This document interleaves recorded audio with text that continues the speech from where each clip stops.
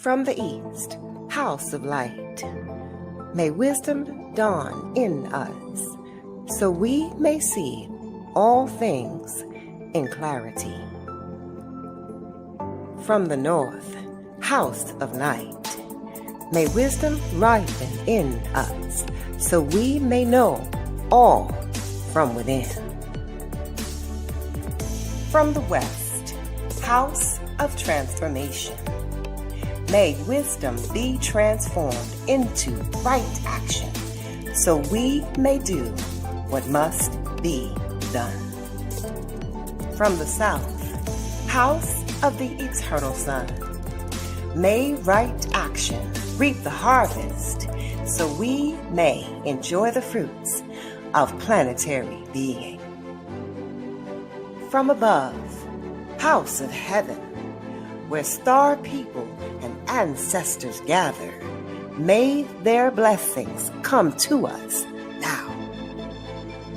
From below, house of earth, may the heartbeat of her crystal core bless us with harmonies to end all war.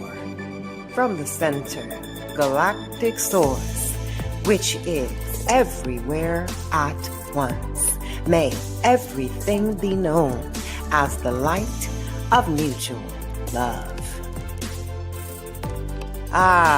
Yum Hunab Ku Eva Maya E Ma Ho.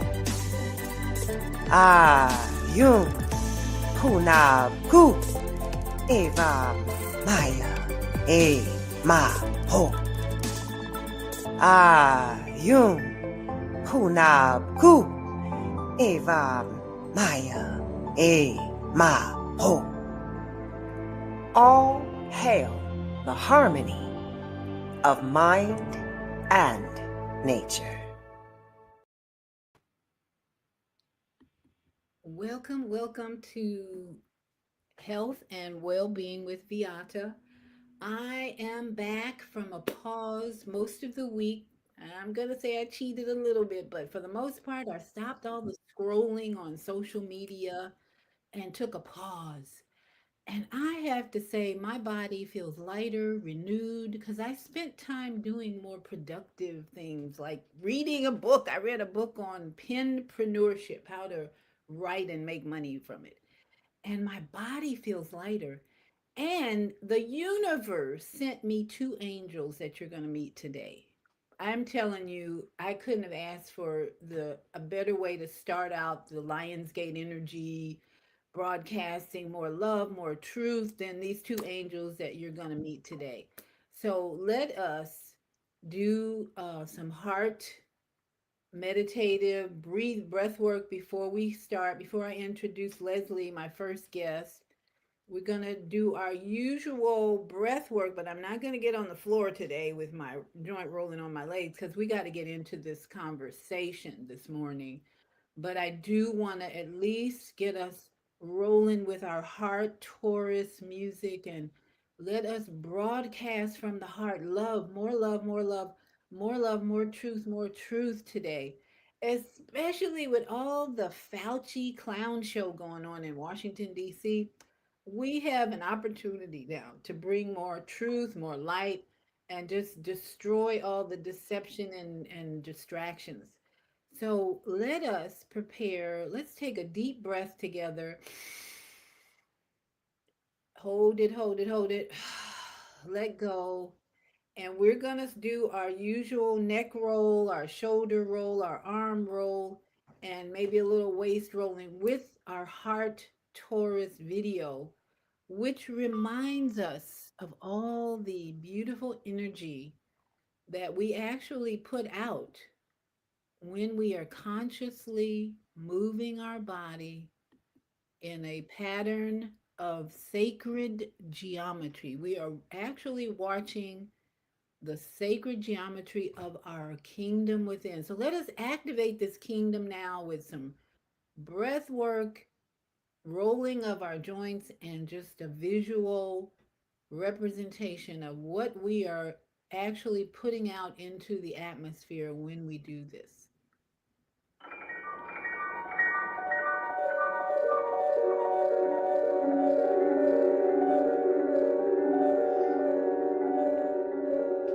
All right, let me get my screen going here.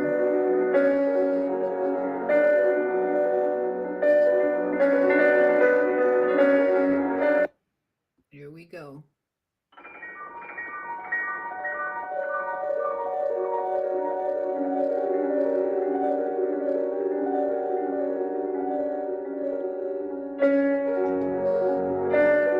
Deep breath in, deep breath in.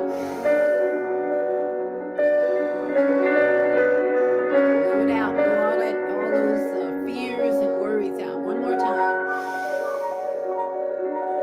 Hold it, hold it, hold it, and exhale. And let's do some throat chakra activation.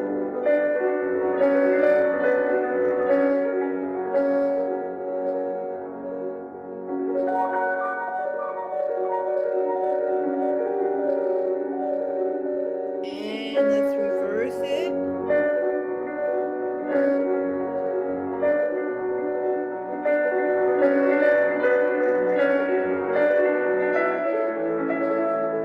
And let's move down into the heart chakra, the throat. Let's roll those shoulders back. Open up that heart chakra.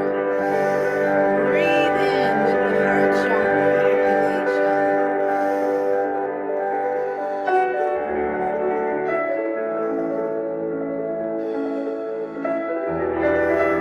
In and out, breathing in and out. Activate all that sacred geometry inside of you.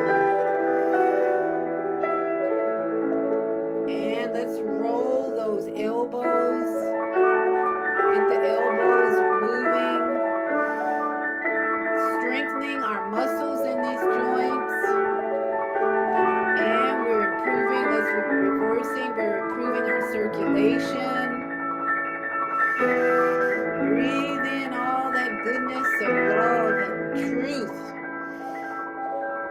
Yes, yes, we are magnificent sacred geometry machines. And let's just get some wrist rolls in.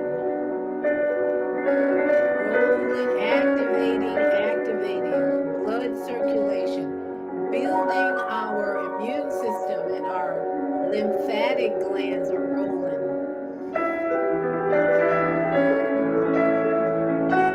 Let's roll, rub our hands together.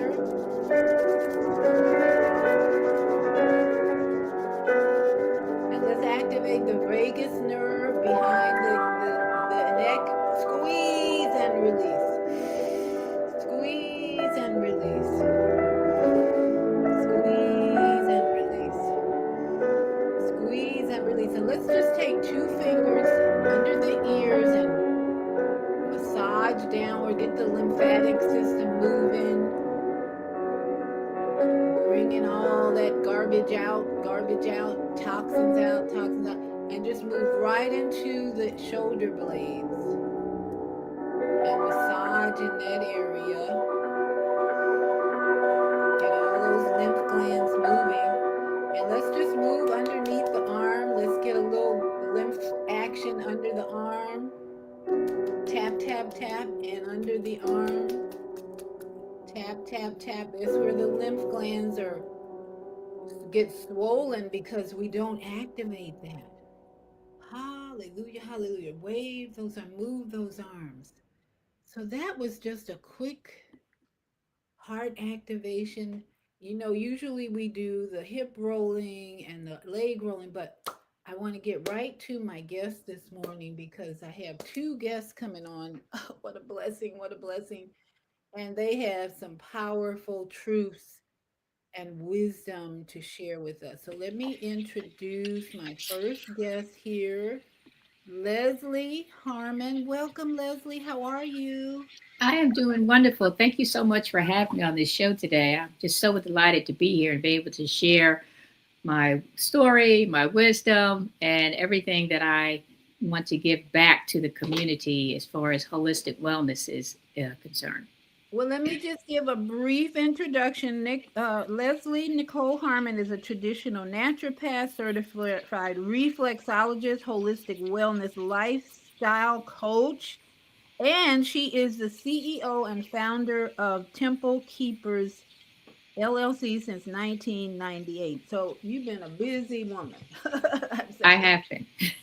Yeah. So Leslie, I always start out by asking my guests to give us a little bit about your childhood and your upbringing that brought you to this queen status that you're in now. Okay, that is a very good question. I hear that question asked a lot to guests on shows, particularly holistic wellness shows, because I always tell people we are adult children. You know, our childhood makes us who we are. So, as a child, I was raised by my mother. She was a single parent. She raised five kids by herself. She was an angel. Wow. She's now an ancestor, but I totally give thanks for her for the uh, insight, wisdom, and upbringing that she imparted on me. We were very, I want to say, strict Pentecostals and in the Christian religion. And I'm grateful for that upbringing. But I knew as a child that it was good because I totally believed in God and the Creator. But something about the man side of it, that man was involved in making a lot of the rules that were to me outside of what God really uh, ordained. So I was able to recognize that. So that was, to me, that was good, especially at a young age. I grew up in Westchester County, New York, which is the suburbs of the city. To me, that was like a utopia. My mother put us in a little utopia. I'm surprised how she was able to do that because we were all born in Atlanta, Georgia, and she moved us to New York in maybe Wow. 1960. Yeah. So that Wow. was a pivotal time in the States, but every time in the States is pivotal.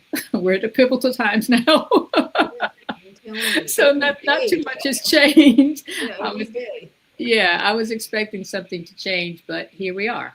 But I give thanks. I've been here almost 7 decades, so I give thanks to the Creator for that. So Now, when we did you move back to Atlanta? I moved back to Atlanta when I finished college, so I'm totally dating myself, and that was 1979. So I've been here for a while. Now, Um, do you have children, a husband? How's that? I opted out on all of that. Mhm, mhm, I mhm. do not have children, never been married, and I'm very happy, with my life. I think, children are wonderful people, but I think sometimes we don't realize that they are people, and we have to, be ready for them and be ready for our lives to change because when I was 14, my older sister had my niece, and she was, older. And I got to take care of her when I came home from school when she was a baby. And I realized this is really not a baby. This is like a person that you have to be responsible for and take care of. And so it kind of changed my viewpoint, especially, being a single parent because my mother was a single parent. Um, on having children. I did want to have children, but since I didn't get the marriage or that didn't take place, I'm like I'm good, you know. Now, your siblings, what male, female siblings do you have? So I have two of each, and I actually only have two left. I have a brother and sister here, and another brother and sister. They are now ancestors. And So they were older. Where were you? Youngest, middle, I am oldest? the fifth child out of five. Yes, I'm the youngest. Oh, bless your heart. So am I. I'm the youngest of three, though. Oh, okay. Yeah. Yeah.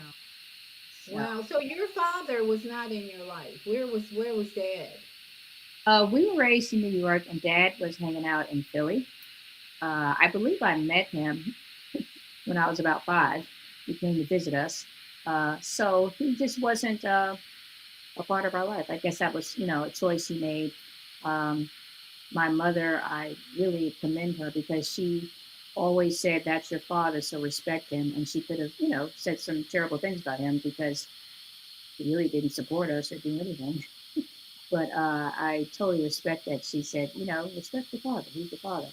Um, I got to know him the last 5 years of his life.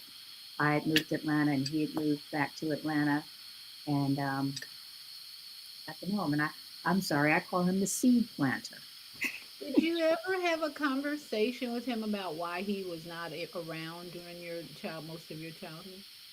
That's a good question. No, I did not.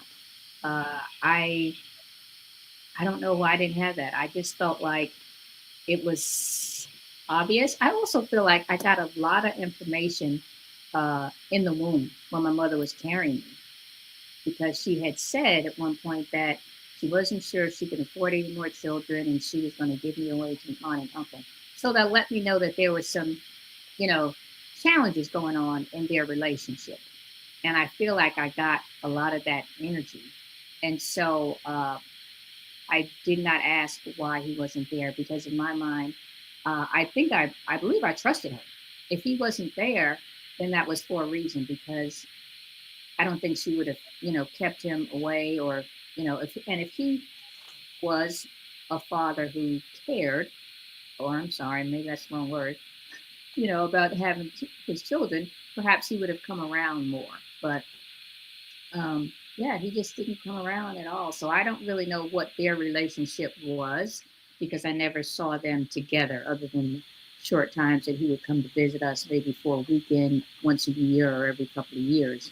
So I don't know. But I never asked him why he wasn't there, because my mother was such a good mother.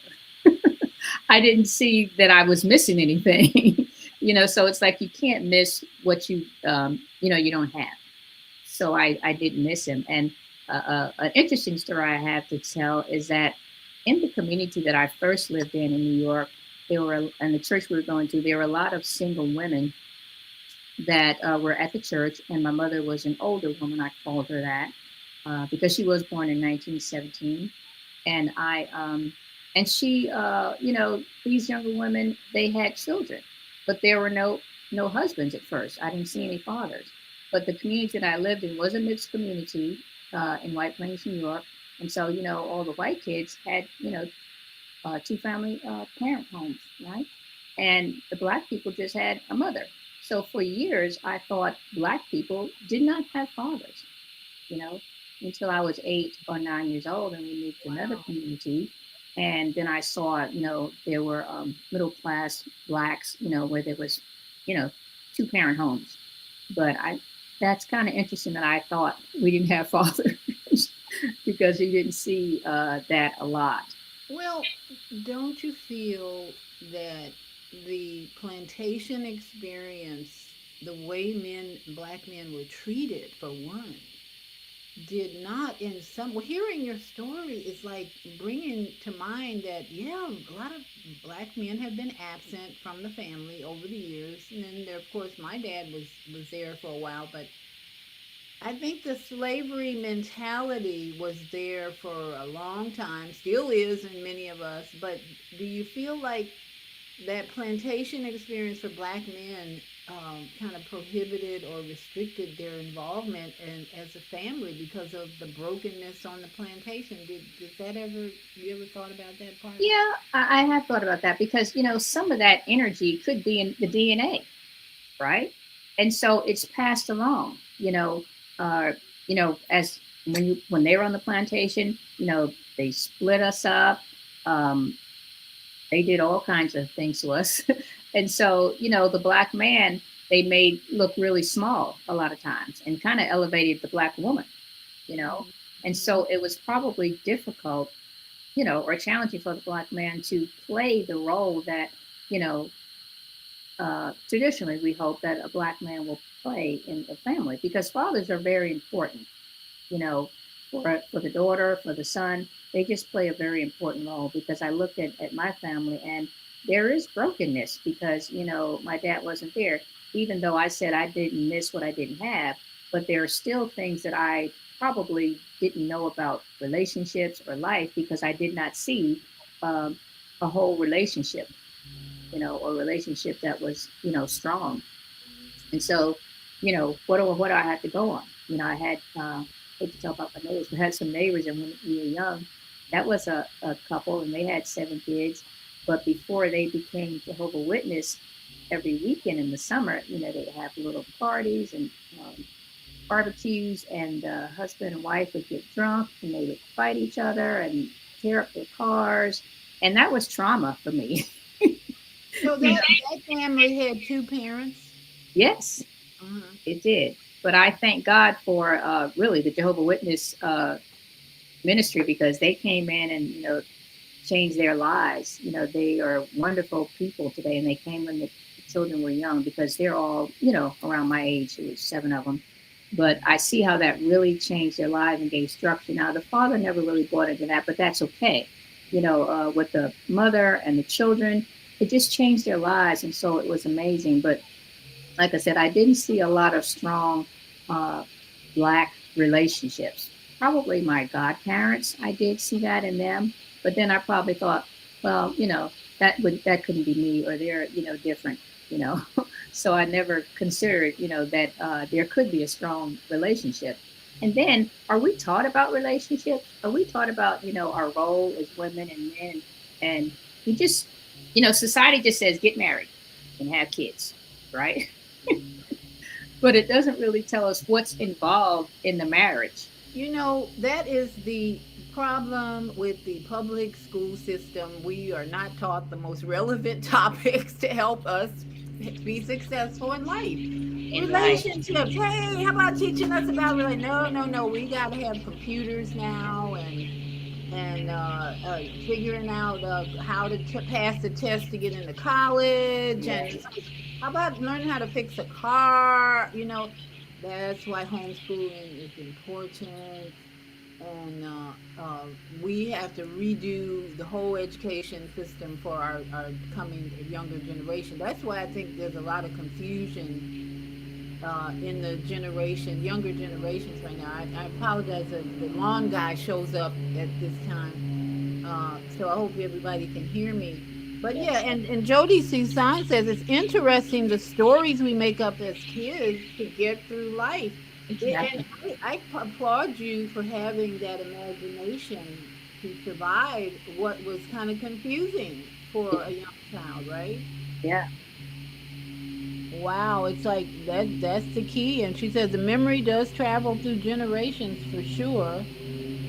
And we've got Progressi says greetings. This is Imani. Hey, And Imani. Susan says relationships, growing food and cooking. Now Exactly. I was in when In I was that order. we did have cooking. We had home economics it was called. Yeah, we had that. So after that, I don't know what these kids are learning. They just learn how to go to McDonald's and survive on burgers and fries right now. It's like that's kind of what. And then yeah, cooking and growing food. These are the things that should be in our home curriculums now, right? Yeah. I recently took a Grow Pro certification, which teaches me how to be a farmer and to grow my own food and to even declare my property as farm, with the USDA. So I'm going to look into that. Um, and when I was in high school, and you're right, there was home economics, but I was so bent on being independent because I wanted to be independent. That's another thing. I wanted to be independent of men because I felt like, they weren't reliable. They would not take care of you from what I saw as a child. And so I really didn't want to learn cooking because I was like, nope, I'm not going to be a cook. I'm going to have, some other skill, go to college, and I'm going to be able to take care of myself. So that was kind of funny. So I didn't really pay attention a lot in home ec because I wanted to be independent. So that's been, my thing since a kid. I think at 12, I decided, you know what, I'm going to be independent of men. I can't depend on them. I just not going to trust them, to take care of me because traditionally that's kind of what we do, right? As women, we get married and the husband kind of takes care of us or whatever. And I saw that model fail with my older sisters. That was what they thought, life was about. And they grew up in the, what is it, Leave to Beaver, Father's Knows Best era. And, the father goes off to work, the mother stays home. And when the father comes home, she tells him stories about her day and the kids' day. And that's, a beautiful life. And that's not always realistic today. I don't know, it might work, but usually today we need, two income households. Or maybe the woman just wants to be a career person. She wants to have a skill. I'm trying to mute this noise, but okay, so that's a good point, sister. I want to ask you how you kind of hinted on how that affected your relationships with men as you got older. But also, it varies with each person, family situation. I was married for almost 40 years. But I started my relationship with my husband started with the thought that, ooh, I could travel all over the world because he worked for. When I met him, he was working for Delta Airlines. I go, ooh, I'm like, travel all over the world. I swear, before I even married, they thought about marriage. So the courtship continued. He asked me to marry him, and our honeymoon was in Hawaii. Nice. Like, ooh, yeah, let's do it. And on the way there, we had champagne, lobster on the plane. We were in first class. I'm like, yeah, this is the marriage I want to be in. So that marriage was sustained and positive a lot because we traveled a lot, and it was like the universe told me you need to travel early, so later on in life you don't need to do that. And that right now I have no need to travel. But in my Nice. age, I'm starting in my 70s. Some women are like, oh, I want to travel. I'm like, nah, I don't need to travel. I just want to have some money in the bank and be able to go. I haven't traveled enough in the United States. I've been Yeah, to Israel, I've been to islands, I've been to China, I've been to Australia. Now in my older, I'm ready to take a road trip somewhere. exactly. But it varies, and my husband and I were a two-parent family all my two sons' lives until they left home. Made a big difference, I think, in their lives. My younger son doesn't want to get married at all. He don't want children, whatever. But the older one only stayed married for 6 years. But these two young men are very, to me, very healthy in their attitudes toward people and relationships. So I think it varies. So even for you, like how did that affect your relationships with men along the way? Oh, you said one you wanted to be independent, right? Well, traditionally, the man needs to be the head, right? And so when I was in, certain relationships, I just wanted to be independent. I wanted to do my thing. And a lot of times, they, weren't aligned with that because they think that the man is the head. And, maybe it is, but I just didn't want to give up um, my stability. I didn't want to give up my independence, because I felt like, I look at my mother and I was like, wow, I mean, she did an amazing job, but like I said, I felt her pain because I think I got that from in the womb when she was trying to figure out what am I going to do next. I got these 5 kids, I can't afford them. This relationship is breaking up, you know, and like I said, she never said anything about the relationship or my father. I never asked her because again for me it was like you can't miss what you don't have, and I didn't feel like I needed to ask where is he, why aren't you together, because it wasn't something that I missed. And I think that was because she was just an outstanding mom. I tell people, and I don't know if you'll know about there's a generation chart, and I have a new one. I don't know if it's new, but it has the silent generation, and that is pre 1946. And then it goes to the baby boomers on down. My mom was in the silent generation, and she was truly silent. She did and showed her love with actions, but she didn't say a lot. So that's why I didn't ask questions. She didn't tell me anything. She never said anything. Like I said, negative about my father, the relationship. She just did what she had to do, you know. And I look back on that now. I say I'm going to write a book because I feel like she was truly in the silent generation, and the number of conversations we had in the 19 years that I had her in my life, I could write about it because it wasn't a lot, but she showed me so much because the things that I do today with gardening and house plants, that's all her. That's was her love, and that's what she did. Some of the other creative things I wasn't able to pick up, like sewing, but I'm creative with the products that I make, for holistic wellness. And sometimes I wonder, where did I get that from? Because now I want to make everything. I'm calling that sustainability. To have I call it control. Because we need that today, I believe, particularly in this country, because I always say they're trying to kill us and they don't care what they give us. They don't care what they put in our cosmetics, in our soap, in our food, in the air. So, it's always time to Well, detox. it's become obvious with this Fauci show, clown show. They are reduce the population. That has been the agenda for Hmm. some time now. Hmm. And those of us who were awoke and aware of this, we were like, nah, it's not happening here. But then those who didn't know that that was the agenda, they were getting the shots and doing everything they were told. Hmm. So now it's like wake up time. Woo, we applaud this clown show for those who were asleep during that period. Because now Yeah, they're like, wow, I didn't know that. And so yeah, you are now I learned how to sew because my father divorced my mother and married a home economics teacher, oh, nice, and awesome, she taught me how to sew. great. So, and then he married a third woman, and I don't know what that was about, but yeah, they stayed together longer than the other two. So my three wives, but I learned something from each one of them. So Okay, great, you great. know, So he chose creative women or women with that added value to your life. he chose more independent women because my mother, he wanted her to stay home and raise his three girls. Oh, okay. But when she became an alcoholic, or I'd say when she became dependent on alcohol, he said, I can't take this. And he moved on to the next one who would teach me how to sew. So the universe brings us whatever we need if we are chosen to do certain things, right? That is correct. That is totally correct.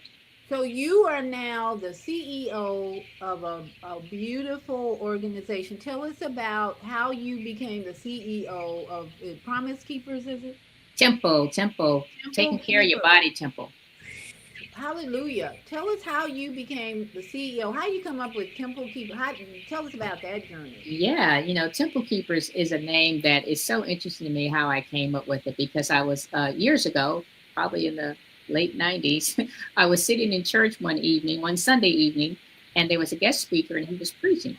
And I had already kind of started, some things with my business, didn't really know where I wanted to take it. But because of my journey, I had to, it brings me on this path.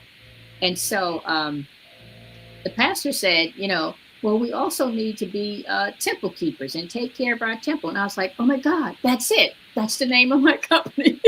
That's how I got it. So I called myself a temple keeper because, we don't think about our temple. We're chasing, money, fame, this and that. But are we really thinking about what is going to give us life?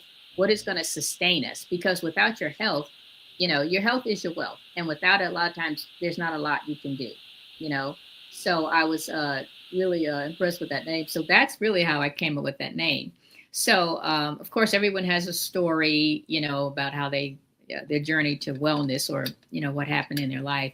So mine's was I had some of those female issues when I was in my late 20s and 30s, and of course that was a long time ago. So of course the doctor's just going to want to do surgery, and so I was trying to figure out, what was the source or this, how was it caused?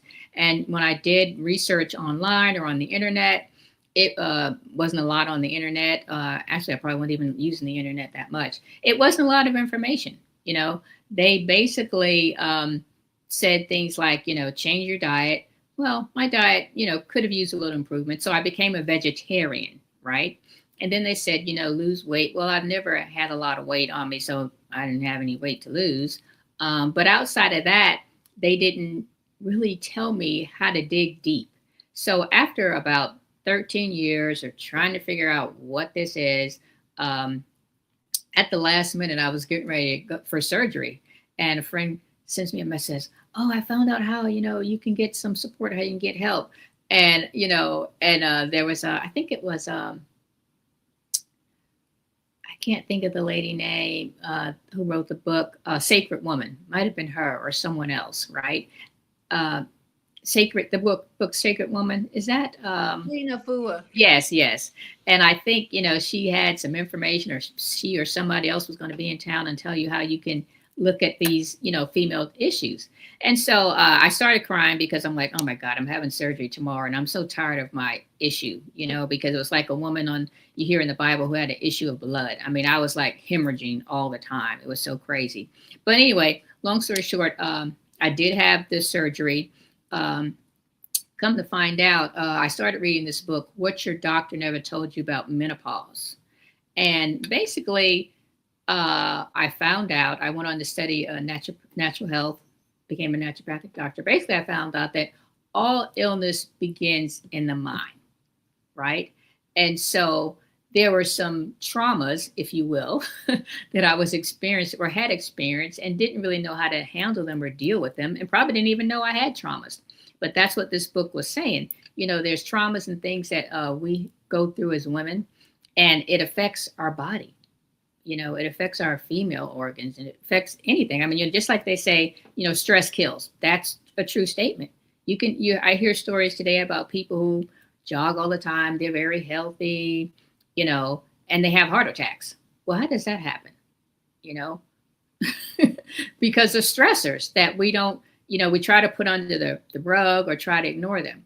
So my story is, now I went on to study natural health and learn more about it and be able to help people, particularly, women, young women, as to how, you can navigate this journey, because it's not an easy journey. And I believe that we as Black women, you always hear, I believe statistics say that Black women have more challenges with, the fibroid tumors and the ovarian cyst and this and that. And why do we get breast cancer so early as Black women? Breast cancer is indicated as a heartbreak because it's close to your heart, right? So then we have to step back and look at, what have we gone through? We got to forgive ourselves. We got to forgive the other person. And sometimes that takes time. It doesn't happen overnight. So there's a process that we have to, navigate to bring ourselves back to wholeness. And wholeness is mind, body, and spirit. You can't just work on one. It's all together. And so that's one thing, I like to focus on. One of my primary things with Temple Keepers is I like to focus on making wise food choices, particularly here in this country, right? Because we do have the worst food source in America. I read a little article. Oh, that's right. I'm sorry. In the world. I read a couple little short clips during the FIFA when they were here, and they were saying that certain countries, the athletes were having their food brought in. I read that too. Because they didn't trust America's food. Yeah. I'm because like, that's our corporatocracy. We let corporations do the standards for food, which is a big mistake, right? Yeah. So I was like, wow, that's really sad. That other countries know it. I mean, they know it. And I'm gluten intolerant here in the United States.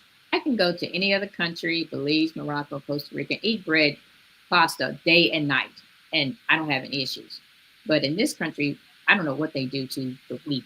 You look on a label, and the first ingredient in wheat or bread, it's going to say enriched. Well, what that means is they stripped it of everything that was good and tried to put some good stuff back in. But that doesn't work. Well, all of the land is covered with glyphosate and Roundup, and that's the biggest problem with our bread. Is that I don't care what kind, even organic bread. I've tried organic bread that still didn't agree with me. So I just don't eat a lot of bread, period, now. Yeah, I'm bread free, But you brought up a good point about how somebody could be jogging every day and have a heart attack. I remember a story I used to share about a guy, I don't remember his name anymore, but he was the head of a big corporation, and he was accused of a crime. He went to court for like a whole year. He was in and out of court. And at the end of the trial, he had a heart attack. And that's when I started looking at heart attacks differently, and thinking more about the thoughts and the emotions. So I want to present this to you to see your thoughts about this. There's a movie I watched yesterday, a free movie on YouTube. It's called How Thoughts Become Things. You ever heard that one? No, not that particular one. It's free, and it's a little over an hour. And I thought, oh, I already know this. So I started watching. I was bored. And I got halfway through, and so I sped it up to the halfway point. The rest of it was talking about emotions. I'm like, that's a new twist, I think, maybe. So Mhm. at the end of it, went sped forward.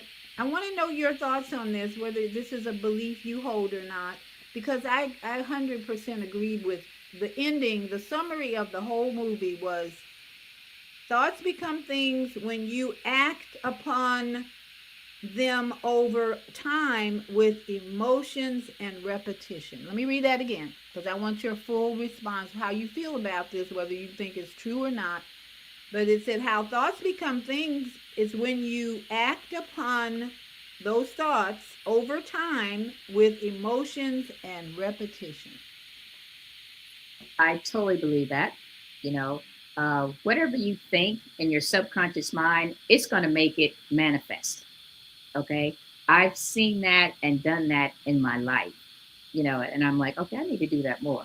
Certain things that I want, you know, I'll think about it and I'll envision it in the positive way that I want it. And then if I'm worried about something, right, and I spend too much time or more time than I need to spend, it can kind of manifest in a little sneaky way.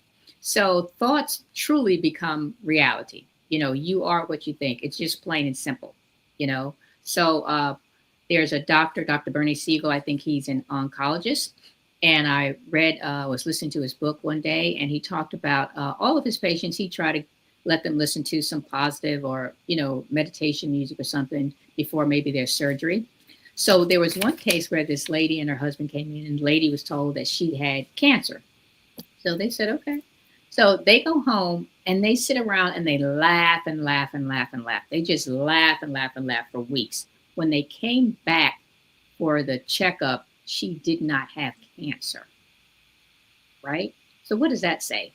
They said, no, we're not believing this. We're just going to laugh that cancer away or whatever they did, right? So your thoughts become your reality. And I've done that with things that I've wanted, like, I don't know, one time I bought a ticket to Turks and Caicos for a December holiday, and I didn't realize that the snowbirds go there every year. So all of the Okay. lodging was crazy. I mean, the lodging was crazy. I was finding lodging that was $1,200 a night. I was like, oh my God, what am I going to do? So I said, okay, let me think about what I want. So I started thinking about every night before I went to bed what I wanted for lodging for this vacation. So I like condos or Airbnbs. They didn't have Airbnbs, I think, but little condos because I like to be able to prepare my own food. So, I mean, I envisioned it to the T. So then we're close to November, and I get online again and I'm looking for lodging. And only two places pop up this time. One was a place I had never seen before, another was just some little grungy hotel or motel. And so, anyway, I look into the one that was new, and they were offering, the lodging for just 150 a night. And I'm looking at the rooms and the place. It was just what I imagined. I could not believe it. So that was a long time ago. So I had a travel agent. So I called her and I said, "Can you check and see if this is real?" She said, "Yeah, it's real." And so she booked it for me. And that was amazing to me how I actually going to sleep every night. I just dreamed in every detail of what I wanted. And I'll tell you, the place looked exactly like that. It was scary.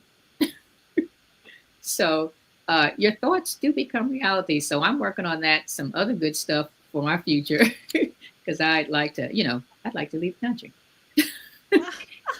Yeah, you mentioned breast cancer. My book, From Fear to Faith in the Master Design, is dedicated to my older sister who had breast cancer. Hmm. And she was the first living example of how thoughts become things because her daughter was killed, a hit and run. Her daughter was hit by a car, died that evening. And for 2 years, all my sister thought about was her guilt, her unforgiveness, Mm, and her sadness, her grief. And then breast cancer shows up. yeah. So then she lived with me for 9 months trying to overcome the breast cancer, but I observed her emotions. I wasn't at that place of even awareness of how powerful her emotions were, but Hmm. her emotions were saying, "You've never lost a child," even 2 or 3 years afterwards, while she was going through the breast cancer. And the cancer just spread rapidly Mm, to her left breast. And her thoughts and emotions were all about, "You've never lost a child." And she couldn't forgive herself. The grief yeah. stayed there. So I am so passionate about teaching people about emotional intelligence. Hmm. Key It's real. healthy, staying healthy. And my next guest is going to really go into his relationship with his mother. In fact, I'm going to bring him on so you can meet him, each other, Yeah. because you are both in Atlanta. What is this? You don't know? Do you know each other? Nice. This is Nafis. Is it Nafis or Not Nafis? Nafis. Nafis Yes, ma'am. Sabir. Sabir. Yes. Okay, what's the origin of that? The origin of that name is Arabic. Is what? It's Arabic. Arabic? Is Yes, that ma'am. your birth name? Yes, ma'am. And you sure are good looking, I have to say that. Thank And you. everybody else is probably thinking it, but yeah, and not we're gonna really get into this brother's journey and history. But I wanted you two to meet because you're in Atlanta. This is Leslie Nafis. Yes, Welcome. ma'am. Yes, ma'am. Yes. A pleasure to meet you, Gratitude. Mr. Leslie. So Leslie, I know you have to go, but give us what would you like to leave our audience with as far as what you're doing at Temple Keepers? How can people get a hold of you? And you got the word right now. Yeah, so I am having a grand opening event at I Am Ascension Temple this Saturday, and that is in on Ralph David Abernathy Boulevard. It's right next to Sealy's Raw Reality. If you all are familiar with that restaurant, actually, it's the same building. It's just the, the space that's upstairs, and so that's going to be a grand event. Um, I'm going to talk about my services. I am a certified reflexologist. Um, do detox foot bath, but I also want to talk to people about food and making wise food choices and sustainability. So I'm going to also look at. I do a little. Just learned about a certificate from medical Qigong from Dr. Mark Armstrong. So I'm also going to be sharing that. Alice AI, just lots of good things are going to be free gifts, and it's a free event too. So you can sign up on Eventbrite, and it's from 11 to 3. My website is templekeepers.net, and I can be reached at via email at templekeepers@templekeepers.net. So I'm excited and looking forward to serving the community, as this is now allowing me to have a brick and mortar, because I was doing most of my service either virtual or vending. So now I have a brick and mortar to be able to serve people, with classes and services and things like that. So I'm excited about that. So I hope you all can join us or reach out to me if you have some questions about making wise food choices, sustainability, because I think we all need to make our own uh, household detergents, cleaners, because everything that's out there in the store is pretty toxic. You can say that again. I keep muting because I'm hearing this buzzing sound, and then Jody says I'm echoing. So anyway, I'm going to be going in and out muting, but love you, my sister. Thank you And so much for having me. oh, I'm going to put all that information in the description that you just gave us. So Okay, great. thank us. Hope you have a beautiful day. And I hope you two can maybe hook up sometime. If you go, you know where the raw food restaurant is, Yes, Nafis? ma'am. Yes, ma'am. I know exactly. That's where you can find her. All right. Beautiful. All right. Love All you, right. sis. Thanks Thank again. you. So, welcome, my brother. It's really nice to have you. Yes, ma'am. And I'm so glad that I went on Facebook and kind of scanned it's a lot of Nafis on those Facebook. It's like, what? Which one? I'm looking for this brown man. Where is he? You have some very interesting history with in your behind you. So tell us where you were born and a little bit about your family life, because I'm curious about number one, your name, how you got that name, and then your family life, because we want to talk about the mother, the sacred mother, father, mother, son relationship. So you go ahead. Yes, ma'am. Yes, ma'am. So, So, my full name is Nafis Sabir. Birth name, I was born in Youngstown, Ohio. My parents, we moved to Atlanta whenever I was 6, so I grew up here. My parents, Muslim, from until they transitioned. My experience of them was always knowing them as Muslim. They had converted into the Nation of Islam back in, I think it was 1959, around 1958, 1959. And in they were living up in Johnstown, Pennsylvania at the time. Still steel mill workers. They were part of the reverse migration from Alabama back up to Pennsylvania, and then the migration from the south up to the north, and then we ended up coming back down south.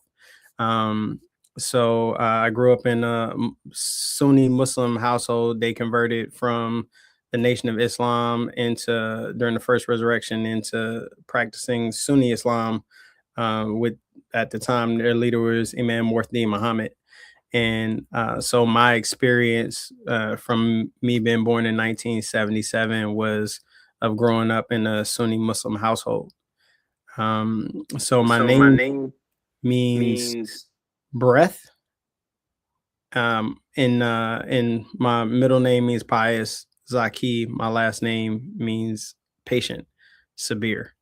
So myself and my younger sister, we were the only two that were born with Arabic names. But all my siblings were at least born into some one progression or another of Islam, from when after my parents had converted. Yeah, yeah. so So I grew I up here in Atlanta, Georgia, from like 1983. I think we moved out in 82, going into 83. And spent most of my childhood going into my early adult life. For the most part here, living with my base is Atlanta. And then when I was 23, I moved to New York, and I was living in New York for 20 years before coming back down to Atlanta in 2021. So, and I've been back home since. Mhm. now all those meanings of your name. Both my sons have Arabic names. I just had a book of African names. Yes, ma'am. Yes, ma'am. Hanif and Jabri turns Okay. out. Okay. So they get a lot of mail sometimes from Muslim Yes, organizations. ma'am. It's like I didn't know. I just wanted African names. Yes, ma'am. Yes, ma'am. But Was you beautiful. actually, you seem to be living your name, the meaning, the breath. Because you're practicing. Are you still in the Islamic faith or Yes, Muslim ma'am. faith? Yes, ma'am. Yes, ma'am. Still are you Mhm. practicing? Mhm. Uh, okay, we're gonna have to reconcile all that with what you do now. Seems to be more spiritual. I mean, when I look at your background, Yes, ma'am. what you're doing now is not religious. What tell us about that transition from a very religious home into what you do now, which seems to be a little more spiritual instead of religious. So it's an interesting thing, at least around Islam, the distinction as far as religion and spirituality. Islam is considered to be a way of life. Before I guess the designation of the Abrahamic faith coming up under religion, as it was, taught and revealed, is considered to be a way of life, a complete way of life, just to navigate whatever the time is, from the past to the present, going into the future. What it is that people will navigate just living in this world.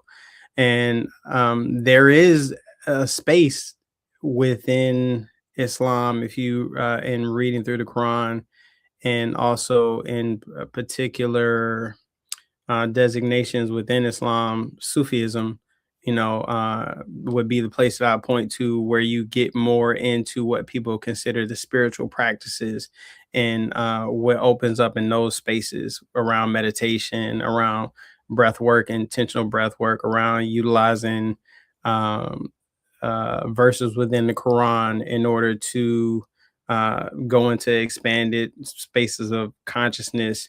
You have the whirling dervishes, within that space of whirling, they go into a trance-like state, which allows them to have an altered experience of this physical existence. So the biggest challenge with me is, for me, a lot of what I got into within my practices, there was a place where I had to find for myself where what was safe, what was allowed, what was allowed.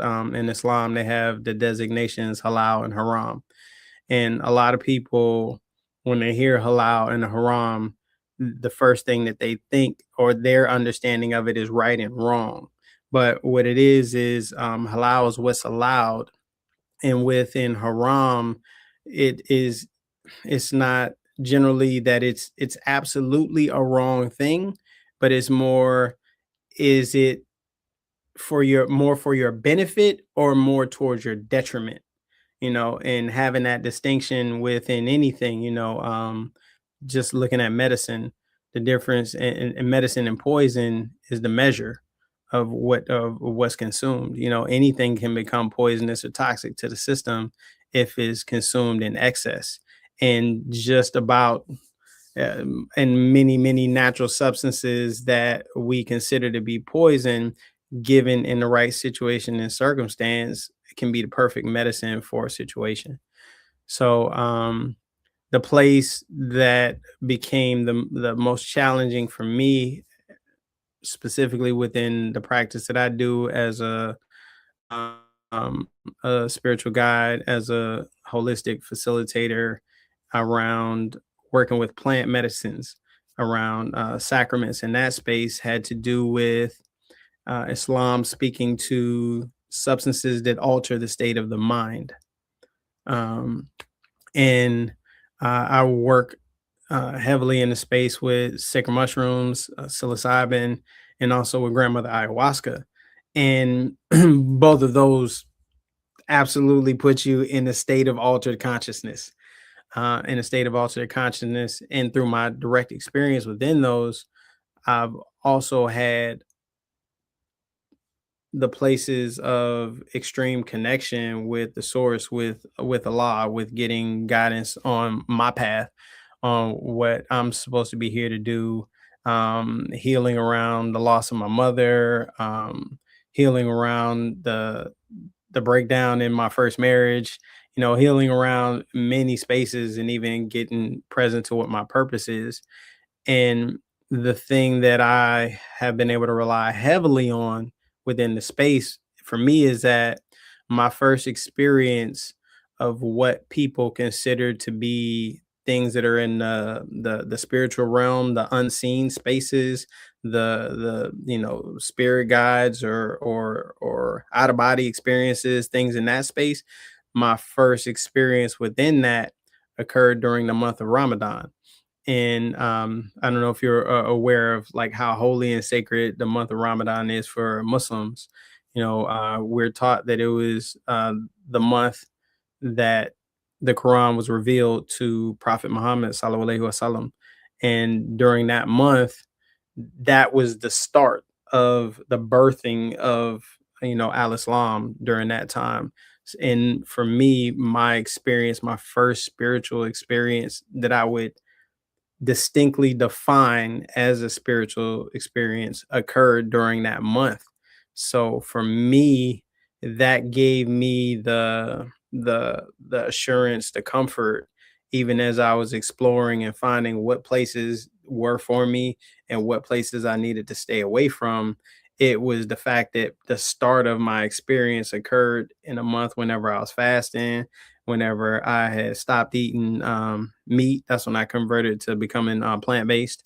I was really, really in the space of observing what are the guidelines under Islam, and I had this experience. I had my first experience of realizing myself as a medium, as having the ability to connect with ancestors who transitioned, having the ability to be able to connect with consciousnesses, different conscious beings that existed beyond the physical, beyond I can reach out. I see you. We're looking at each other. We're having a conversation. I'm having conversations with I don't see. And I often don't hear in the traditional sense. It's a hearing inside of my head, or sometimes just a knowing, and the ability to be able to share a word or to give a word in an instance.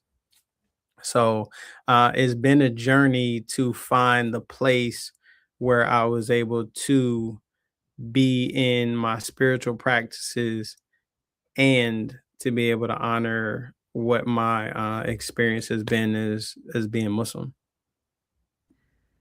Okay, that's a lot of beautiful energy of truth. And your name, your parents gave you a name that helped you walk into this life that you're in now, this truth that you're in now, because you said in the beginning your name means breath.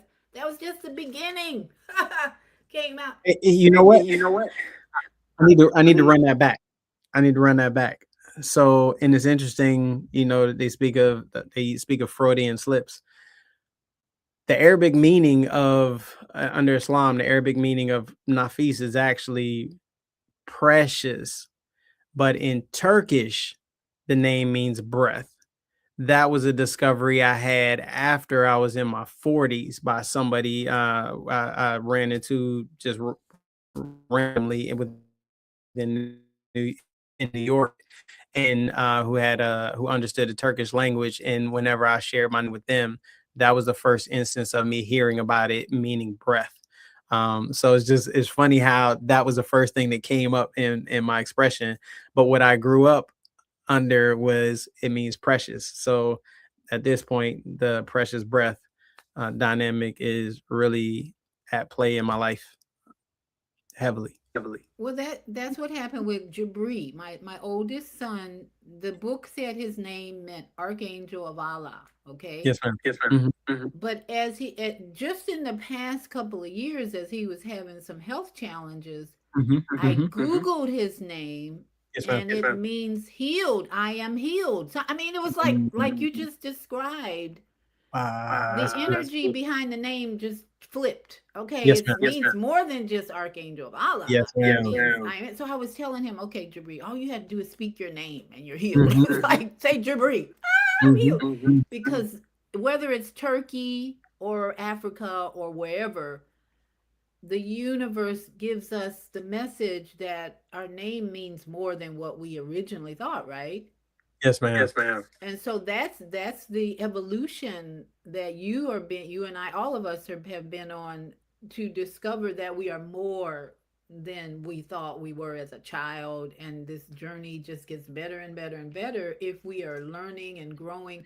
I've never heard any Muslim um, share as much spiritual influence and information as you have, other than Naima Latif, who is also, she's of Islam faith.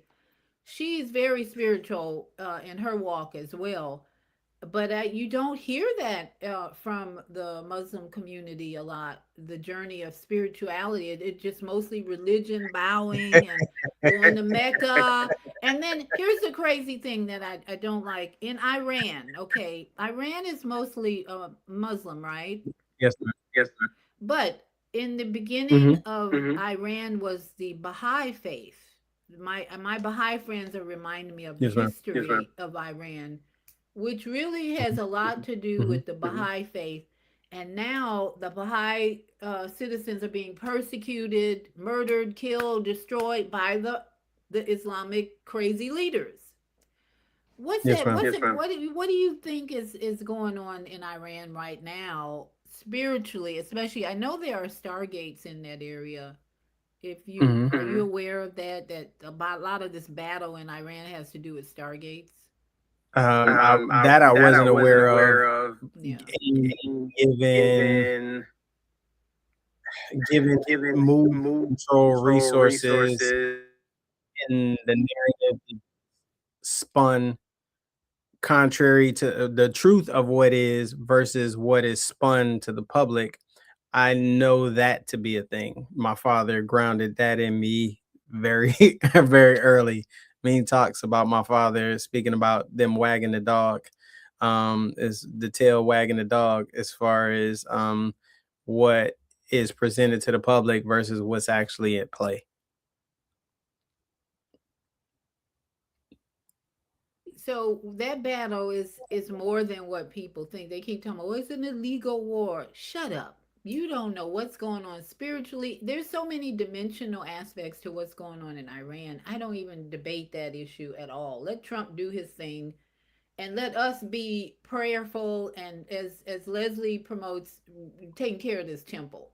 Yes, Yes, ma'am. ma'am. You are very conscious of the sacredness, right, of the temple. So tell Yes, us a little bit about what you're teaching and sharing in your profession right now about the temple and what's important for us right now in this season of even the Lion's Gate and even this season of just learning the truth about so many things.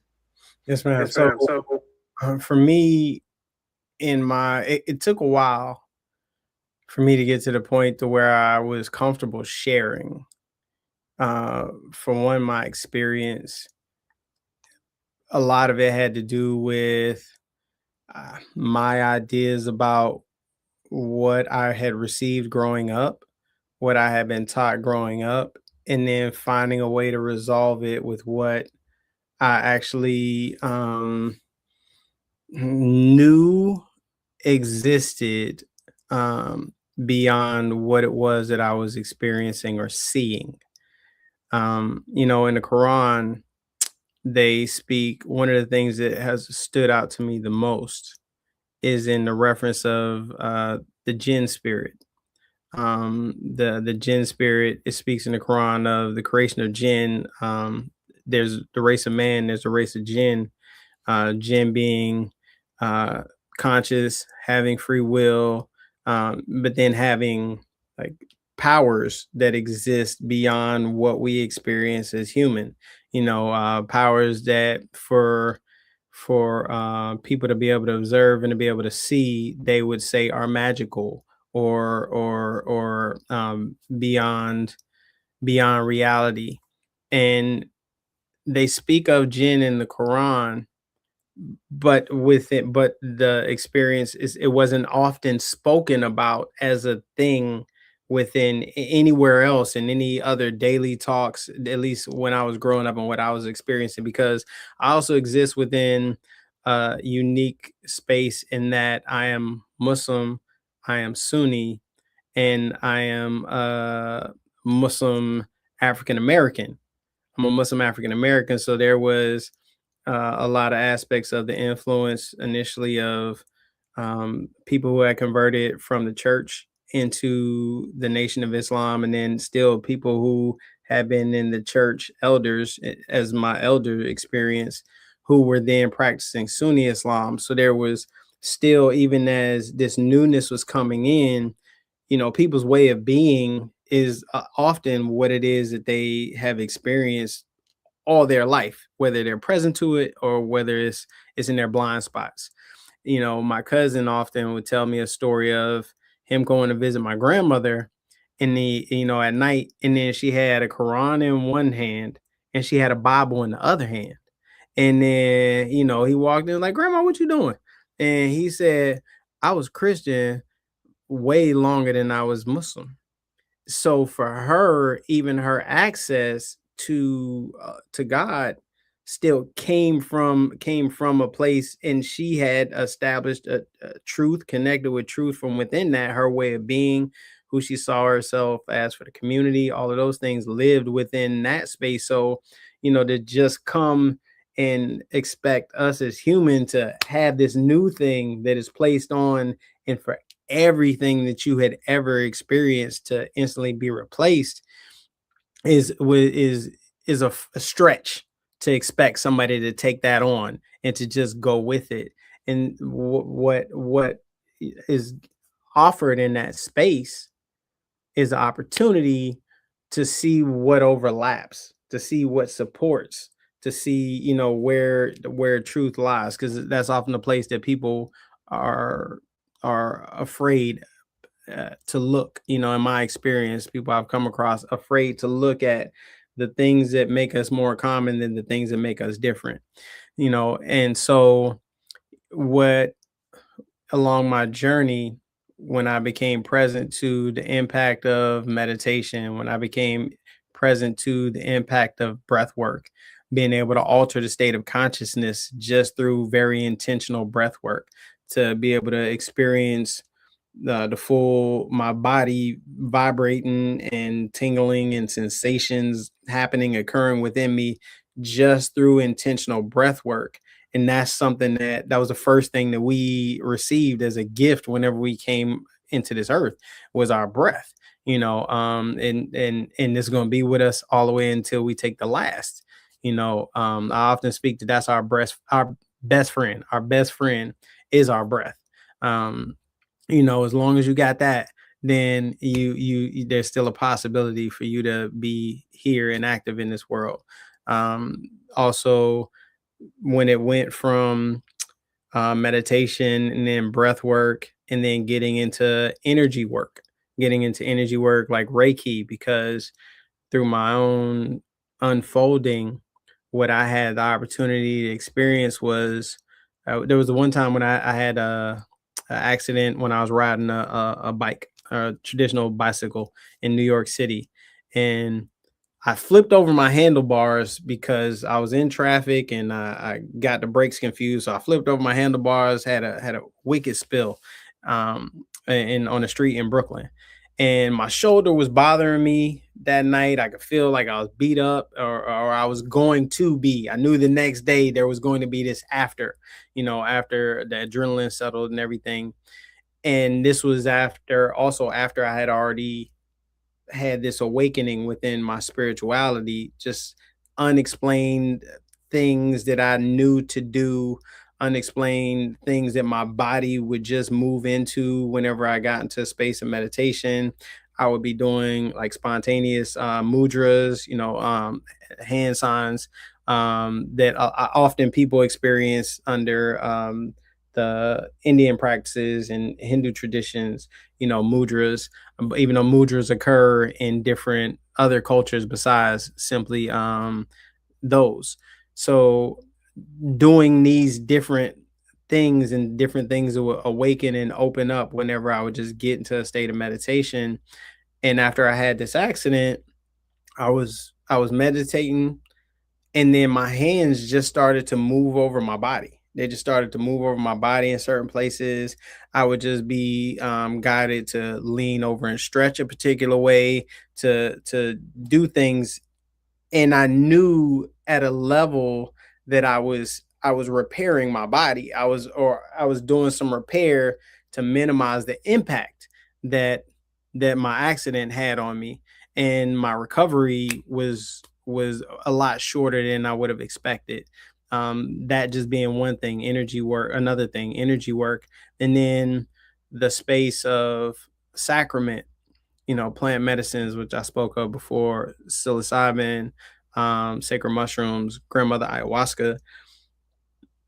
Prior to, again, African American Muslim, Black community, I'm growing up in I was born in '77. I was growing up in the '80s, the crack era. So, and all you would see on TV is the war on drugs, the war on drugs. And then when in Islam, Muslims don't eat pork, Muslims don't drink, Muslims don't do drugs, Muslims don't smoke. Like as a kid, that was in my mind, ingrained. All of those things are off. So the drugs, the drugs, the what is taught as drug versus what is medicine. what is taught as drug and versus what is seen and has been taught as medicine, and where there's a huge gap in our understanding of what is the truth. You know, I've had some of the most powerful experiences of my life in the space of sacrament, in the space of sacred mushrooms, in the space of grandmother ayahuasca, where again I connected with my mother, who transitioned on August 29th of 2015. It was during that month, during the journey I was having, where I felt my mother's spirit come to me. At the time, she was navigating the space of Alzheimer's. So she was suffering with Alzheimer's. She was nonverbal. She was in stage 4 of Alzheimer's. And so her spirit came to me, and I had an entire conversation with my mother, earlier in the month of August. Could be like right around now, but earlier in the month of August, that prepared me for her transitioning at the end of the month. I was able to receive closure around, my mother's transition, and not even realizing that that's what was about to happen, because maybe about a week after I had that experience, my brother informed me that she had a failure to thrive. So she had stopped eating. So at that point, it was just a matter of time, you know, and it was through my journeying and crying and having that whole experience that I was able to have this emotional release and to be again prepared for what came up, because I can only imagine what my experience would have been had she transitioned without me bringing in some of that closure before it actually occurred, because I was living in New York at the time and she was in Atlanta in hospice. So that just being one, I've gotten information about my purpose, about who it is that I'm supposed to serve within the spaces. So in my creation for the people who come to me seeking support around their spirituality, the spirituality for me goes into the space of, and as a spirituality and as a medicine man, or some people say shaman, I prefer the designation medicine man, because that speaks more truly to what I do. I bring in whatever medicine I have available to me into the space, be it sound, be it breath work, be it meditation, be it plant medicines. Those are the things that I bring into the space, because what is needed for every person can vary based off of where they are within their experience. So I make it a point to, for one, educate educate the people who come to me about what my experience is, because what's the thing somebody can't tell me is what is they can't tell me about my experience. They can tell me about what they think about something, they can tell me about how they feel about something, but what they can't contradict for me is what my lived experience has been within those spaces, and also the transformation that I've seen people have within those spaces, especially whenever they have the support around them to enter into those new venues. Wow. That's pretty powerful, all of that. And you mentioned your mom had Alzheimer's. I have a question for you, Yes, just ma'am. because I did a show recently with Dr. Artis, and I've been discussing this with my friend Jody. Was your mom under the care of medical doctors before her Alzheimer's? uh Uh, you mean like well, my well, mother my was, mother was. so she was you mean like, did she have any pre-existing conditions before Well, she? mainly were doctors prescribing her medicine to help her in her unwell state. uh Uh, yeah, she yeah, was she was on on medicine, medicine, and and see hmm, if I if I should, should. let's Because here's the thing, what I've learned and what we're talking about now is most Alzheimer's dementia is caused mostly by side effects from prescription drugs. Uh, So if she was under the care of a sick care system MD, mhm. then her Alzheimer's more than likely was caused by all the drugs they prescribed. Okay, I got you. Is that a truth that you experienced or not? No. No, ma'am, not my mother. My mother wasn't that I'm aware of at that point in my life taking medication for anything that I'm aware of. I'd have to speak to my older siblings to confirm that, but it wasn't anything that she had a condition that she was managing through being medicated. Um, that is that I am aware of. She was just in her 60s living life, but even though she and she supported people up until she retired within that space, primarily in nursing homes. And then following that, she was the school nurse at Sister Claire Muhammad School, where I attended school as a wee lad. Um, she was involved in the care of people, and part of that was a prescription of medicine, at least as far as her administering it. But she wasn't under the care of a medical doctor around anything prior to that. Okay, so tell us about one tiny thread. Why are you doing this? And because it's a mother-son relationship healing. So what's the motivation behind this? Okay, so all right. One tiny thread. One tiny thread is a project that is very near and dear to my heart. It is honestly, it's a love letter to my mother, and beyond that, it's a love letter to all mothers. Um, Part of it in the description, one tiny thread healing the mother wound for Black men.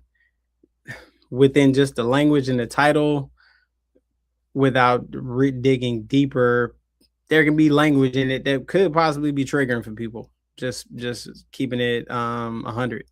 And the truth of what is there is that the one tiny thread, one refers to the umbilical cord, that is the tiny thread that we all experience from our mothers that we got here with. Everybody has a belly button, this walk-in to remind them of what you were once tethered to, a conscious, living, breathing, feeling being. And it was through that connection that you were able to get here. Right. So, my mother transitioned in 2015. And prior to that, there was my challenge of navigating what life looked like without connection to my mother, with her battling with Alzheimer's and me living in New York. So this is from around 2005 to 2015. So not almost a 10-year period where there was this decline within my mother. So it's almost like every time I would come back down, there would be a noticeable change in how my mother was communicating and what was occurring in her life. Even as my siblings were all here, my father was still with us until 2009. And so I had to manage that. After she transitioned. I spoke to the fact that I was connecting in my spiritual practice, doing my healing work, some group therapy support around it. I never saw an actual therapist regarding it, but I found other means in order to help me navigate that space. And at the same time, what I still felt was this absence. All my older aunts have transitioned, and my desire to have this connection with that elder primordial mother energy, the nurturer, You know, the mother that loves her baby, even if the baby got a third eye sprouting out of the center of the forehead. The mother that, you know, can, if you stumble in this life, and hey, just take a breath, you got it, just keep pushing. That connection was what I was missing. I was missing it. And then I have children, you know, a father of 7, that we're a blended family. So I have 5 older children by marriage, and then we have 2 younger babies together. Well, they're toddlers now, 5 and about to be 3. And there was this gap. There was this gap in the transference of energy, and I could feel it. I could feel the gap in what gets passed down from the elder to me, or the elder directly to them. There was this, I was present to it, and I had a strong desire for that. So I put out a prayer. I put out a prayer to I prayed to Allah subhanahu wa ta'ala. I said, Allah, send me somebody. Please send me somebody. And I'm 49. So even as I said this prayer, me conceiving it as a reality, at least in the way that it presented it to myself, was, you know, just, it seemed like fanciful notions. And I was still praying because I knew I needed it. So I had the opportunity, when I was facilitating a sound bath at Kindred Healing Center, where my 4th grade teacher, who I met 40 years ago, her name is Sister Adila Muhammad, you know, my Umi, I met her. Well, we had this reconnection. She just happened to be one of the people who was a participant within this sound bath. After the sound bath, I saw her, I looked at her, and you know, there's some recognition. Sister Adila. She looked at me, and she was, because it was dark before that, so we're bringing the lights up, and everybody looking at each other, almost like coming out of club. And you turn the lights on, it's like, oh, that's what you look like. So Sister Adila, she looked at me, and then I said, it's Nafis. I had a hat on too. I always generally wear a bucket hat, so I don't have my bucket hat on now, so you know, you can see my full face. So I took it off. She was like, Nafis. And it was just like, oh, you know, it was such a beautiful reconnection, because I might have seen her a handful of times after I finished, you know, school, and after I had finished school and everything. But she's my 4th grade teacher. And the interesting thing, fun fact about this is, she had to leave the school year partway through because she was carrying her first daughter, Baina. So she was pregnant, and she had to leave school for that. So I was even there as she became a new mother. So we had a couple interactions at this Kindred Healing Center. And during the second one, this was sometime after I had made this prayer, she said that an overwhelming feeling came over her, and she was just inspired to ask if she could be my earthly mother. And I was really blown away by that request. It's like what? There's 2 things that were operating. There's, I was praying for this, and here it is. And it's coming from someone who knew me at the age of 9.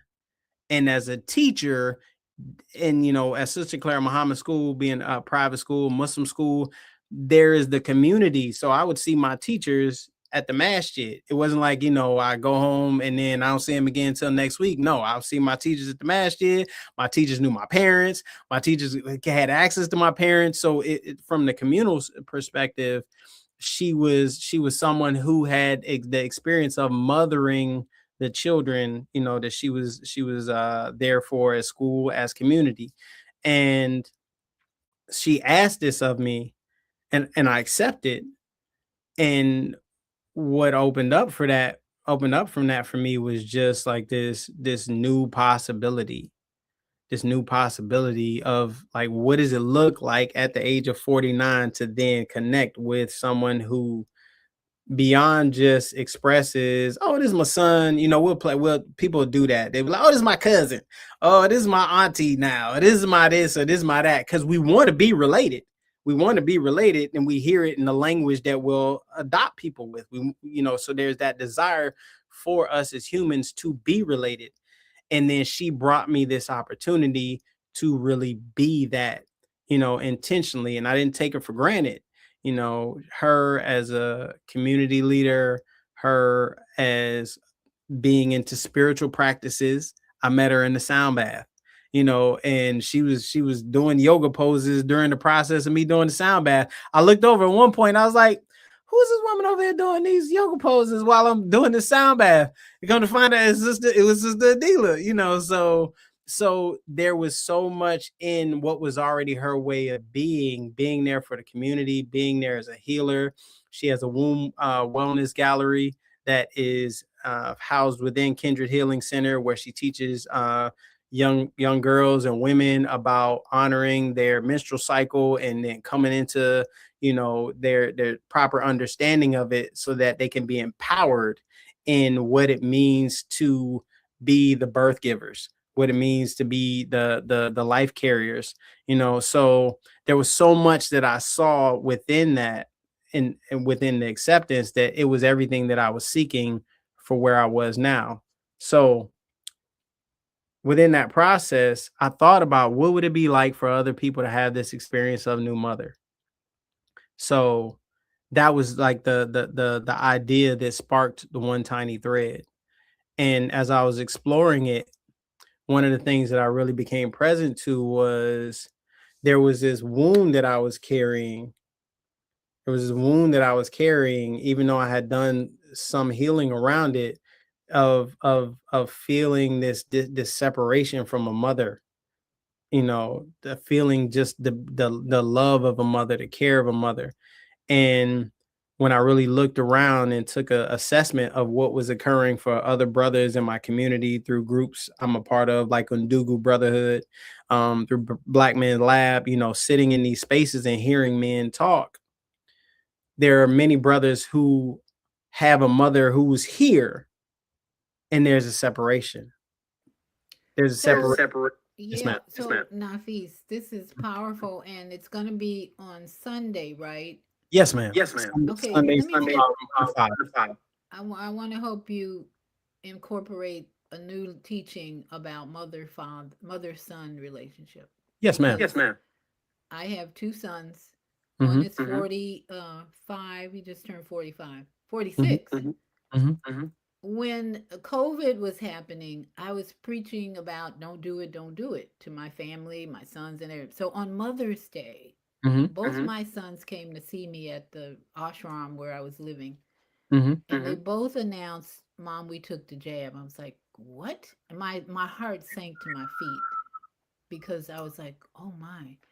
I was so depressed in that moment, but quickly Spirit announced to me that now you have very little influence. Now you have become their spiritual partner. Mm-hmm. So it's like hearing that in my mind, my spirit. It's like I wanted to cry. I wanted to say, "Well, how could you?" Nope, nope, nope. Your relationship just shifted because you thought they were going to listen to you, and the son and mother relationship would continue, but it was broken to me. It was broken at that moment. Mm-hmm. Now these two men are the healthiest in my life. Part Some of them, even though their eating habits are not mine, they don't do what I do. They don't do yoga. Well, my oldest does meditate, though, I have to say. Okay. My youngest doing his thing. Yes, ma'am.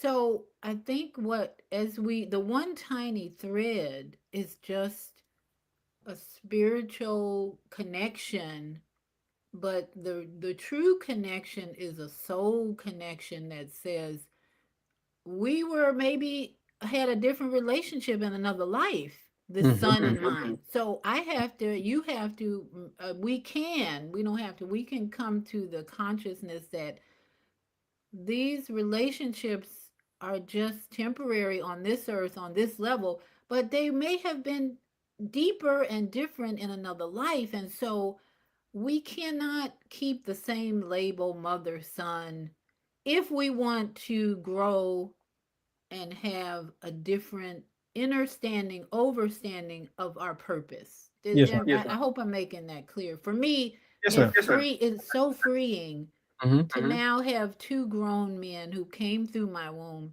Mm-hmm. as spiritual partners, I got that. because I can't influence them like a mother Mm-hmm. anymore. They're on their own. I And got that. that means for a lot of mothers out there, your fear goes away. What if they die? It's not my business. Mhm. That's between the Most High and them. Yes. I only did my job birthing them. Oh, well, what if something happens? What if they get sick? It's between the Most High and them. It's Mm-hmm. so freeing to go into spiritual partnership. And this is something Gary Zukav, I don't know if you read his books. No, ma'am. He's a beautiful teacher about spiritual relationships and all that. This is something he promotes: spiritual partnership contracts, Yes, relationships. I encourage it for everyone, every fiance, whatever relationship you're in now, early. Spiritual partnerships is the way to go to get out of the traditional uh, thinking about what it should look like when you have a husband and a wife and a son and a mother and a daughter, all that, man, because it's going to be tested big time. It's yes, like, ma'am. so we want to invite everybody, especially in the Orlando area, not Orlando, Atlanta area, right? Yes, To ma'am. join Nafis at this one tiny thread. What's going to be the atmosphere of this? Going to be conversation, therapy? What do you? How would you describe it? Yes, ma'am. So it's a open up the dialogue on mother wound. What does it mean to carry this separation from a mother? You know, what does it mean to carry separation sometimes by what your experience of the impact of her experience has been on your life? You know, we only know what our mothers often share with us, or what we might hear from others who might fill us in on the details around our parents' lives, you know. And they lived a whole life before they brought us here, before they were a participant within bringing us here, and that has an impact. And sometimes they may have had the tools and the pathway in order to bring healing in, and there's other instances whenever that was absent. And so, and to allow for that, to have the discussion where it gives us the power and the ownership of we are the cause for our lives. You know, we have the say in what we create, and we can look at what our experience was to empower us, because maybe that's something that we could share with others about changing the narrative, about transforming the narrative, and to open up things so that people don't feel like they're at the circumstance, or they're at the effect of their life circumstances, where they can have the opportunity to say, like you said, spiritual partners, to be able to look at my mother, or to be able to look at a mother and say, okay, I get it. This was your journey. What was it like to live in that journey? What was the impact on you? What did it feel like to be this, or to be that, or to have this happen and then have to manage it without the resources? Oh wow, I can see how this would have impacted how you engage with me. Did you have someone who taught you about raising children? What so many things. There's so many spaces. It's infinite what could have been created in order to create you. And it's all a part of you, but it doesn't have to define you, as far as I'm the victim of my circumstances. I have the choice, I have the option, I have the power to listen, and then to see what tools are available to me to help in my healing journey. And then to be able to see my mother as to see my mother as a partner in this life, and that she did the best that she could in order to get me in order to be there for me. I'm doing the best that I can. And now let's look at new possibilities on what was done by our panelists who will be there speaking. We have some wonderful panelists that are healers within the community that have done their own healing work along this journey, that give our audience access to what can be, rather than just what they know. And what you know is only going to get you where you are. You need new in order to go beyond.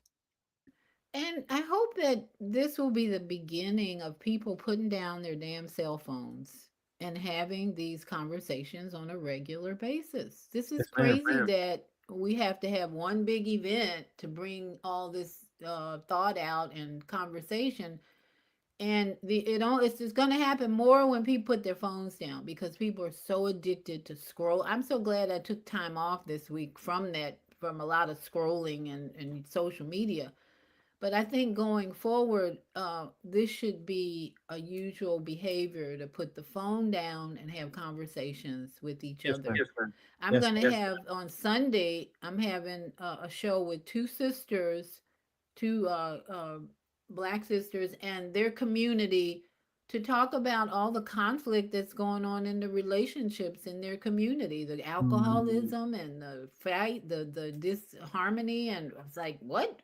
I didn't even know this was going on because it's a very strong black community. Yes, ma'am. So yes, we I think this is our season, the Lionsgate, this spiritual, powerful energy to heal and to let go is about us starting. So, and then the Fauci clown show. I have to keep reminding people this is a wake up call. It's like the government out of the picture. They're just revealing all the corruption and the insanity that most of us already knew. Yes, ma'am. But if you watch any of it, which I haven't watched a lot, I just watched an hour, maybe, like, don't need to see this mess.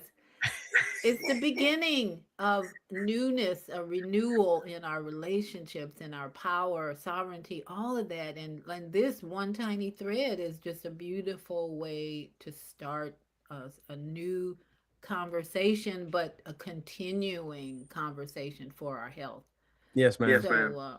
Thank you. You got to come back. In fact, I'm going to talk to you about being a regular monthly co-host. I just love being able to sit back and listen to the wisdom coming out of you. So we got to talk. We got to talk. I am open.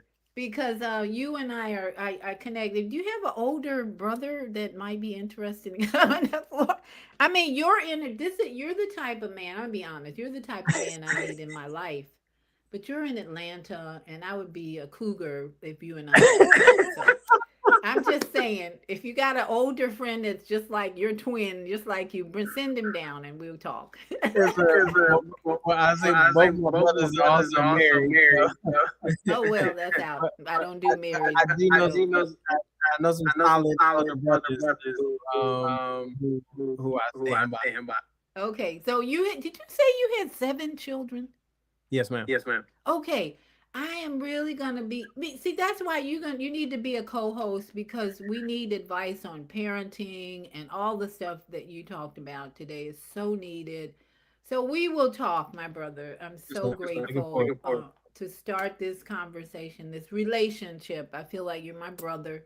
Yes, ma'am. And so we need to keep this going for the rest of the year to help everybody get in line with the program, which Yes, is ma'am. enlightenment, consciousness, and divorce from the government. That's the main one. So I'm so grateful for all these beautiful comments from higher learning. SUNY's offer insights unavailable. Very appreciative of your sharing. And then Joyce Montenegro, we converts often take nothing for granted to keep the more original beliefs pure rather than the later corrupted by regularly. There you go. She's woke. We waking up in higher learning. We learn so much while studying Islamic culture. Was blessed with a book from a friend on Sunni Sheikh, which changed my perspective. Yeah, the more we listen to all this, the better we are. What a fascinating story. Thanks for sharing. Ashe. And Yes. Susan Essential says, congratulations. So, what just a blessing. So grateful to have had you here. And we Yes, didn't ma'am. go too far Happy to be over. here. And you keep saying yes, ma'am, which reminds me of your good training. My nephew's children say yes, ma'am, all the time, and believe me, they had a strap on them for good training to respect. It's a sign. When I hear that, it just reminds me you were grown up. You were trained to respect your elders. Yes, So ma'am. Yes, ma'am. thank you. And we I'm got when you become the co-host, when you become the co-host, you can drop the yes, ma'am. Okay. okay. Okay. Good to go. Love you so much. Thank you. We will talk. Love and And appreciate. for all my and I'll put all your information in the description. So hope you share this with your family and friends. Could I say one thing? Yeah, of course. Really about the event. So all those who are watching, observing, who are in the Atlanta area, the event is going to be on Sunday. One Tiny Thread, healing the mother wound for Black men. Who the space is for? The space is for Black men. The space is for Black women. We're looking for our mothers. We're looking for our adult, and I say teenage men because they need to be aware of this conversation. Our teenage daughters, so they can be aware of the conversation, and in hearing it, it gives them again an opportunity to step over the things that we were done that happened with us, and then they could get access to a lot of these practices, these modalities already, so that we can break these cycles. You know, there will always be the experience of pain, and we can inform the community about how to navigate that and to be whole and complete. So 1 to 5 at the Loudermilk Conference Center on August the 9th. And please, there's a Eventbrite link, One Tiny Thread. Please RSVP on the One Tiny Thread link, and so we can see who's coming, so we can be prepared accordingly. And there is limited seating. We only have about room for 100 people. So who gets in the room, you know, if you don't RSVP a seat, you might be standing, which again, we'll work it out. Get in right now. We'd love to have you there. Be a part of the collective community healing journey. So you're not gonna video this at all. There's no Zoom or video. Because if you did, I would share it on my Sunday night show. But Currently, as we will record the event, it just won't be a streamed event in this first iteration. But our goal is, myself and the collaborators, to have this be the first of many, because the thread runs through all of us. Like you said, there's the spiritual thread, there's the physical through the umbilical. We are so connected in so many ways through all of these threads. So we want the community to help us weave. okay. And with that, Okay. bleed. And yes, and everybody just keep in mind your breath work, your yoga are two things that can help you move forward with health and energy. So that's one thing my brother and I agree on is our breath work, yoga, meditation. You know, I did ayahuasca one time. Yes, sir. I even have, I don't know if you did the frog, Combo? the frog Yeah, thing. combo. I got the tattoo right here. Yeah, I got And some. I only needed one night of that, but it took fear out of me big time. That whole ceremony, I was like, ooh, I don't know if I should do this. Yeah. By the end of it, I was like, that's a breeze. I did it all. I'm like so proud of myself. And some people did it. One woman did it like 5 or 6 times. I'm like, why do you need to do it that many times? It's like, I was already prepared and ready for that. So I'm just grateful that I had that experience. And it's a wonderful experience because that's what we need. We don't need the sick care system anymore. Rockefeller, all that garbage. So to all my yogi friends out there, namaste and sat nam. Ashe, oh, and aho, Native American, love you, mwah, and shalom, and assalamu alaikum. Everybody have a great day.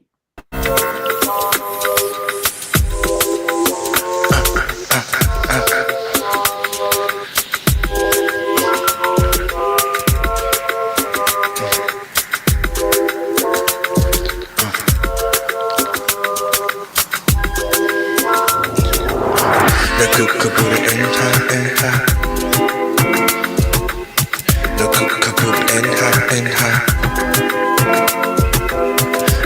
Kabus in this order, cook and ha, kabura and ha, kaboots and ha, and the team will dress a man who's allowed. On the bed, to cook the gal, the cooks a hopper, a calm hopper, Penenza, the cook another order, the who's to get a limit order, a zempa, I can keep it on the rack, and get it again. Tashiya, wishing up the sound, come on.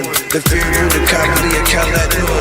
I kick a boom to a part to sad. And you get yours, look at my mom, that ass. I knew I would the bomb the leg. And you, I can't put you up at the dad. I knew could do it, I could tradition eat yet. I knew could do it, my mother was part of that. I do feed Papa that, the guy was said, but now it's not super, do I got the horse. The cook could put it in hot, yeah.